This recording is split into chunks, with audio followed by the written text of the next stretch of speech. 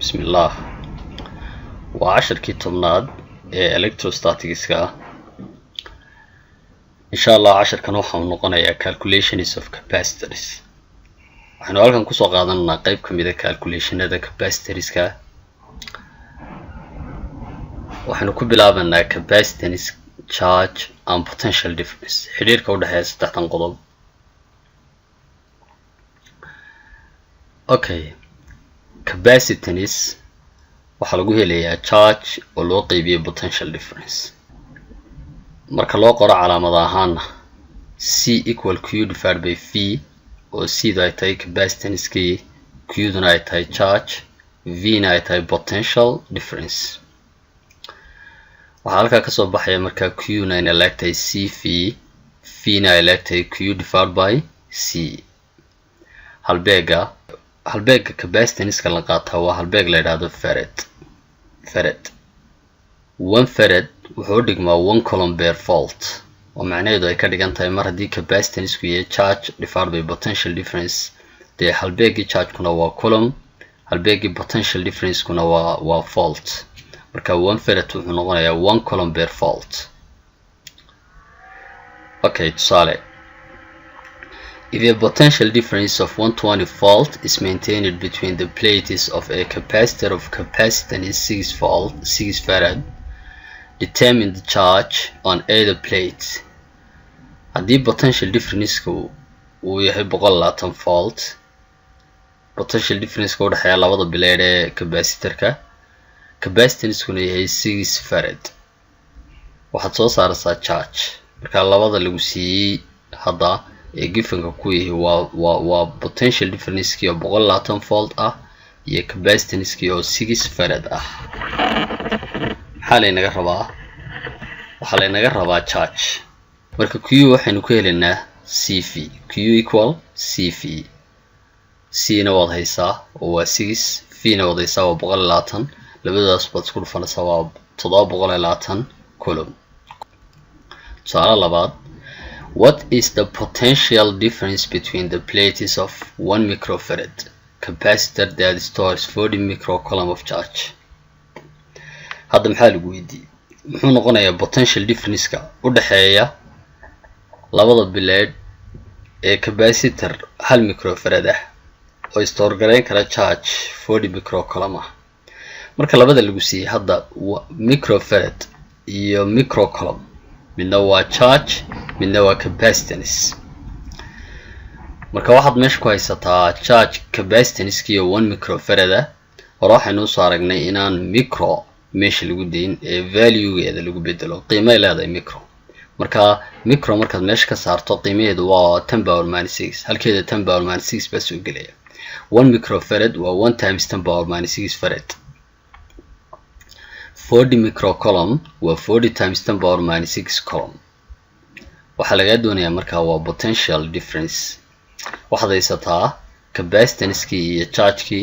waxaad u baahan tahay potential difference oo V ah dabcan waxaad ku helaysaa Q divided by C marka Q na waad haysaa oo waa 40 times 10 power minus 6 C na waad haysaa 1 times 10 power minus 6 marka qaacidada isticmaasha tira potential difference waa Q divided by C waxay ku dhigantaa marka labadoodii aad soo qaybisay dabcan 10 power minus 6 iyo 10 power minus 6 way isku sanayaan laakiin 40 divided by 1 waa 40 volt inba marka ku soo haray su'aala saddexaad waa maxay capacitance-ka capacitor-ka kaasoo store gareyn kara charge 40 microcoulomb marka potential difference ku yahay 10 volt ama potential difference 10 volt marka lagu isticmaalo iyana haddaynu gifanka kala soo dhex baxno ama waxyaabaha aynu haysano waxa kamid ah charge-ka oo 40 microcoulomb halka waxaynu ku haynaa 40 microcoulomb xataa haddaan lagu oran waa charge waa inaad halbeega ku garataa coulomb dee charge-kaas kale waxa kaloo haysataa potential difference iyo 10 volt ah 10 volt haddaad aragtana dee waxaas kale potential difference waxaad u baahan tahay capacitance marka capacitance-ka waxaad ku helaysaa Q divided by V ama charge per unit potential difference markaad labadooda qiimo baad ku bedelaysaa waa 40 iyo 10 markaad ku bedesho soo qaybiso waxa ku soo baxaya 4 microfarad oo ah capacitance-kii. Okay, qodobka labaad ee eegana waa energy stored in capacitor, energy-ga ku kaydsan capacitor-ka. Okay, waxaanu garanaynaa Q equals CV inay leegtahay ama charge-ku inuu leeyahay capacitance-ka oo lagu dhuftay potential difference. taas waxay noo muujinaysaa charge-ka iyo potential difference-ku inay directly proportionally saamigal quman yihiin, macnaha laba qodob oo wada korna ama wada yaraadeen yihiin. haddii aanu graph ku muujino xagga aynu ka dhigano potential difference-ka, axis-ka jiifana aynu ka dhigano charge, waxay noo soo baxaya horizontal, waxay noo soo baxaya straight line. slope-ka ka soo baxa wuxuu noqonayaa straight line. mar hadday directly proportional yihiin graafkoodu wuxuu ku siinayaa straight line. straight line kaasi wuxuu u taagan yahay capacitance-kii ayuu taagan yahay. marka waxaa la yidhahdaa energy-ga ku kaydsan capacitor-ka waxaa lagu helaa area under graph, area-da graafka ka hooseysa, area-daas energy-ga ku siinaysaa. dee area-dana waxaa lagu helaa, area-da muuqaalka ayna siinaysaa waa muuqaal triangle. triangle-kana area-diisa waxaa lagu helaa 1/2 base times height. base-kii hadda waa charge-kii oo waa Q, height-kiina waa V. marka area-dii waxay noqonaysaa 1/2 Q times V. marka energy-ga capacitor-ka ku kaydsani waa 1/2 Q times V. energy used by the cell to charge the capacitor, energy-ga uu isticmaalo bayterigu si uu u charge gareeyo capacitor-ka waxaa lagu helaa QV. caadiyan energy-ga waxaan hore usoo qaadanay inay leegtahay QV iyadoo aan energy ahayn laakiin work ah ayaynu soo qaadanay. work equal QV baynu soo qaadanay. marka energy-ga bayterigu uu siinaya capacitor-ku waa Q times V, laakiin energy stored by the capacitor sidaan halkan aynu ku arkano energy-ga ku kaydsan capacitor-ku waa 1/2 QV. QV half-keedu bay tan noqonaysaa ama nuskeed, kala badhkeed. taas waxay noo cadeynaysaa half the energy is lost, nus ka mid energy-gii baa lumay oo ku lumay in the circuit-ka ama mareegaha wareega xadhkaha ayuu ku lumayaa as heat energy isagoo loo bedelay tamar kuleyl ama heat energy ah. waayo full energy baa la siiyey capacitor-ka oo ah QV, iyaduna waxay kaydisay half QV. that means half baa ka lumay tamartii bay ka dhigantahay. okay, waxaan u teganaa capacitor network, qaabka la isku xidhiyo capacitors-ka. waxaanu ku horeynaynaa parallel iyo series capacitors weeye. marka parallel baynu ku horeynaynaa hadda. capacitor network waa qaabka la isugu xidho. laba qaab baa la isku xidhaa, qaab series iyo qaab parallel. labadaba waa la isku xidhi karaa. haddaynu ku horeyno qaabka parallel-ka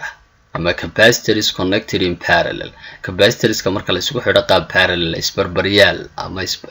isgarabyaal waa marka qaabkan oo kale loo xidho.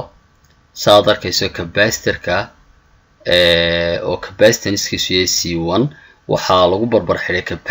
capacitor-kan oo capacitance-kiisu noqonayo C2. marka waa parallel baa la odhanayaa, waxay parallel la sii yihiin bayteriga.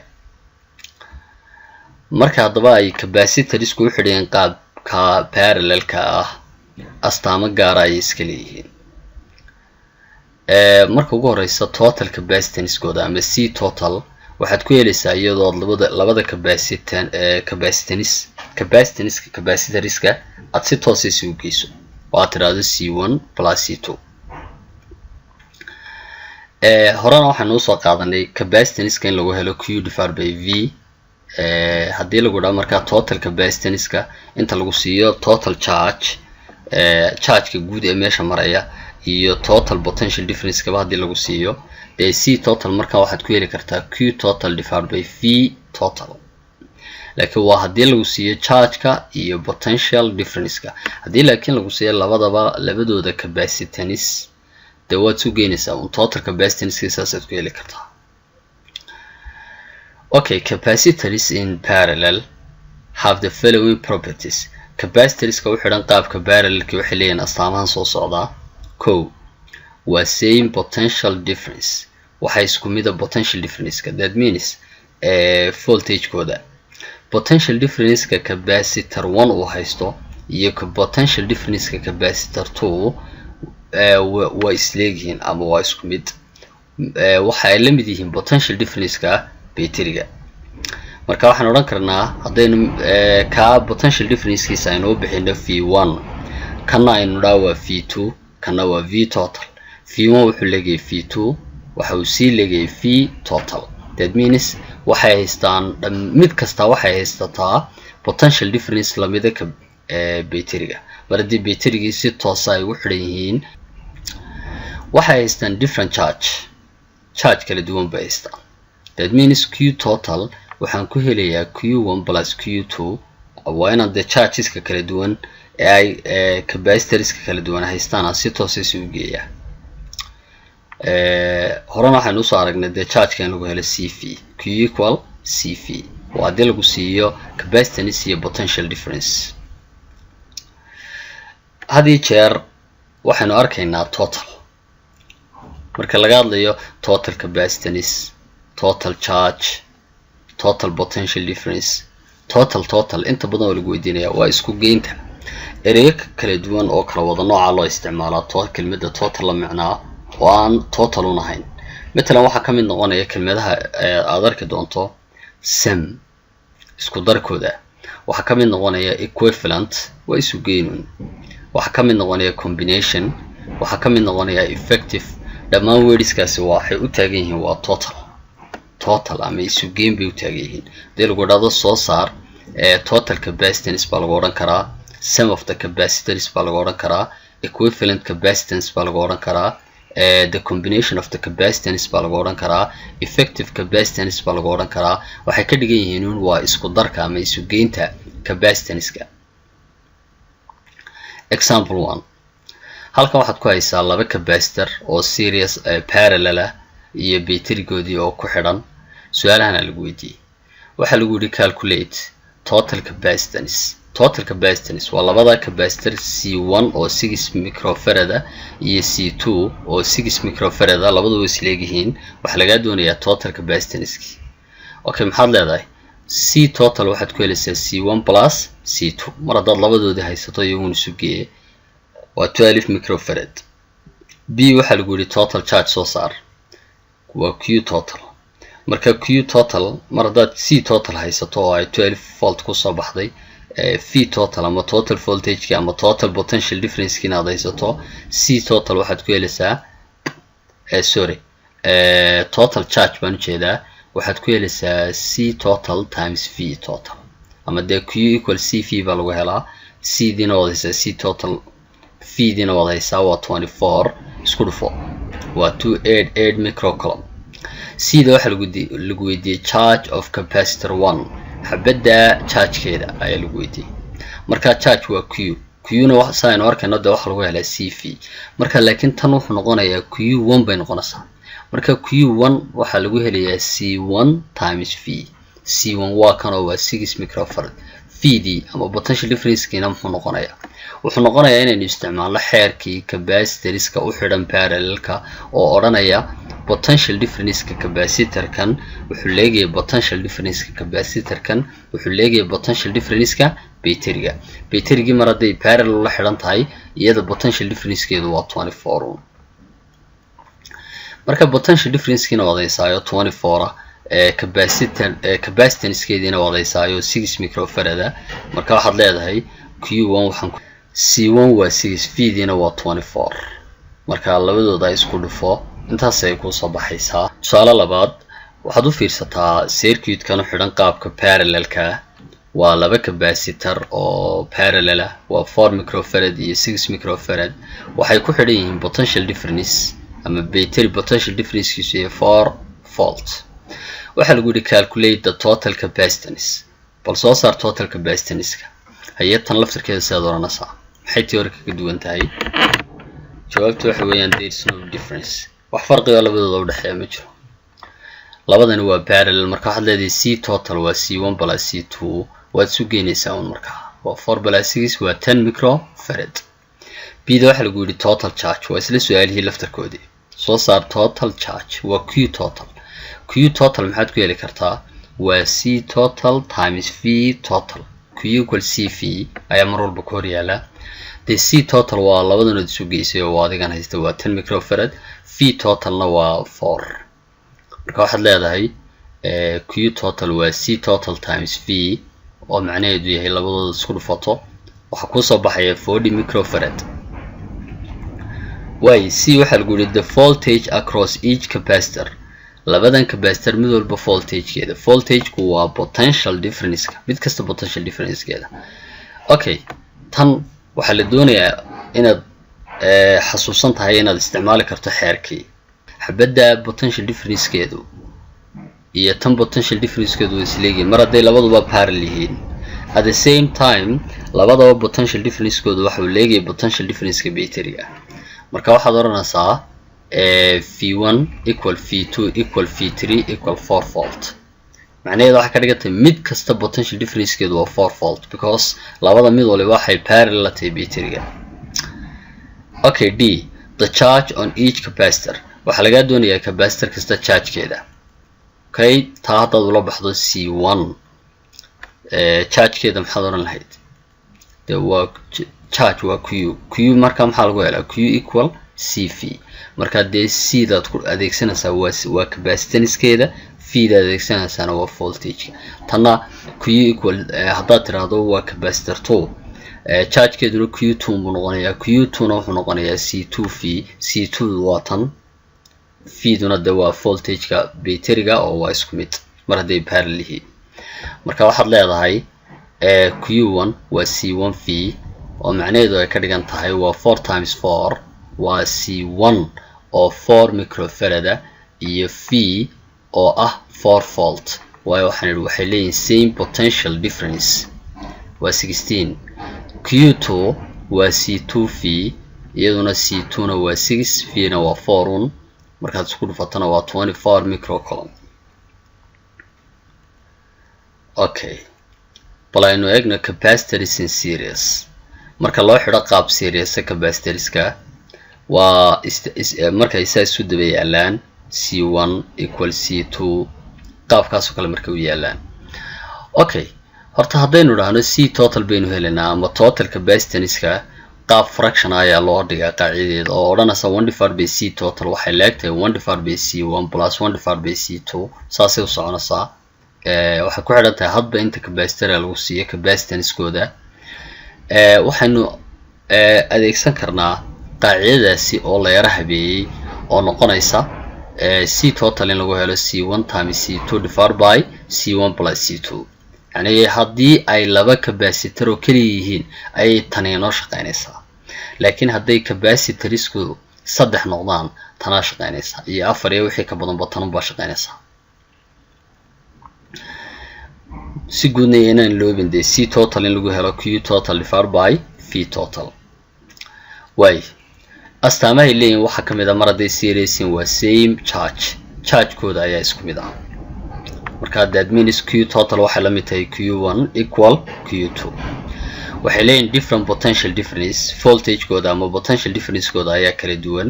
marka V total waxaad ku helaysaa isu geynta different potential differenceska individualska ah ee ay gaar u kala wataan.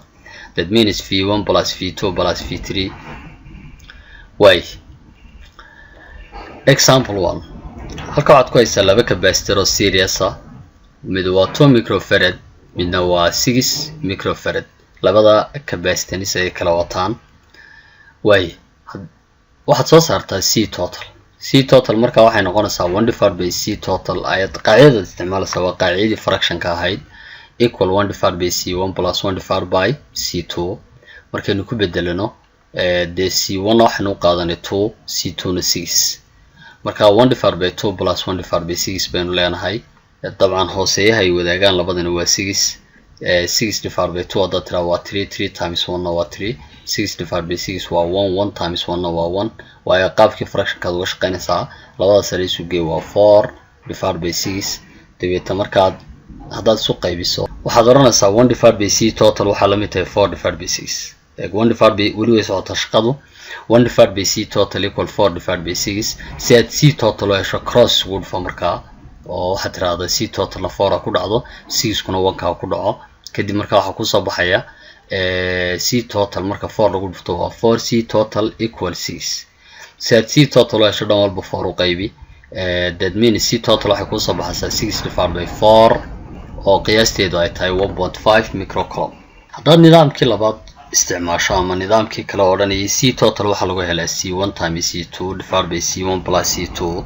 waad isticmaali kartaa nidaamka laftarkeeda waayo c1 na waa 2 waad u qaadanaysaa c2 na waxaad u qaadanaysaa 6 marka waa 2 times 6 iyo 2 plus 6 marna waad isu dhufanaysaa marna waad isu geynaysaa iyadu markaa 2 times 6 divided by 2 plus 6 waa 12 divided by 8 1.5 kin bay ku soo baxaysaa kaagama baahna waxaad cross isku dhufato laakiin tan si toos ah ay jawaabta ku siinaysaa tanaanaynu haddeeta adeegsan doonaa oo ah nidaamka labada nidaam markaad eegto ka fudud tusaale labaad waa laba capacitor oo series ah iyo potential oo battery-gina lagu xidhay waxaa laynaga weydiiyey su-aalahan oo dhan waxaad calculate garaysaa total capacitance ama c total mar hadday series yihiin qaacidadii gaabneed baynu isticmaalnaa oo odhanaysay c total waxaa lagu helaa c1 times c2 divided by c1 plus c2 waayo waxaynu haysanaa c1 oo 4 ah iyo c2 oo 4 ah marka waa labadooda la isku dhuftay iyo labadooda la isu geeyo haddaad isku dhufato waa 4 times 4 divided by 4 plus 4 waxaa soo baxaya 16 divided by 8 oo u dhigmaa 2 microfarad b da waxaa lagu weydiiyey total charge waa q total horeynu in badan usoo aragnay qaacidada q equal c v weeye marka q total equal c total v c total waad aragtaa oo labada markii la isu geeyo waxa soo baxay 2 microfarad midna ogsoonow markay capacitorsku u xidhan yihiin series totalkooda ama sumkoodu waxa uu ka yaryahay xabad kasta oo meesha taala xataa ta ugu yar buu ka sii yaraanayaa sumkoodu marka q total equal c total v marka c total waa tan oo 2 bay noo soo baxday v na waa inaga halkan ku haysano waa 10 marka waa 20 microcoulomb c da waxaa lagu yidhi the charge on each capacitor mid kasta chargekeeda soo saar haddaan adiga ku weydiiyo taa muxuu chargekeedu noqonaya adoon calculation isticmaalin waxaa ku xidhantahay inaad xasuusan tahay xeerkii capacitorsku hadday series u xidhan yihiin chargekoodu wuxuu la mid yahay total charge ama q total marka q total waa inaga soo saarnay 20 microcoulomb marka that means waxay ka dhigan tahay q1 waxay leegtahay q2 waxay leegtahay q total marka same charge bay wada haystaan chargeku waa 20 microcoulomb tan chargekeedu waa 20 microcoulomb tanna chargekeedu waa 20 microcoulomb macnaheedu maaha waa la isu geynayaa mid kasta chargekeedu gaarkeeda waa 20 microcoulomb total chargekuna waa 20 microcoulomb oo adigan soo saaray su-aasha u dambaysa waxaa laga doonayaa the voltage across each capacitor mid kasta potential differencekeeda gaarka ah taa potential differencekeeda iyo tan kale potential differencekeeda okay haddaan ta hore ku horeyno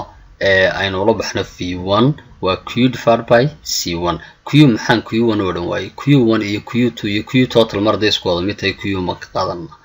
marka v1 waa q divided by c1 haddaan idhaahdo waa taa q-deedu dee waa 20 waa 20 c1 na dee waa 4 marka isu qayboon 20 divided by 4 waa 5 volt mar haddaad taa heshay potential differencekeeda potential differenceka guudna uu ahaa 10 taa potential differencekeeda haddaan tan ka jaro inta soo hadhay tan potential differencekeedu noqon karaa marka waxaan odhan karnaa v2 waa v total laga jaray v1 oo ah 10 minus 5 waa 5 volt mid kasta markaa potential differencekeedu waa 5 volt waa isleegaya iyaga laftirkooda sa ka muuqataa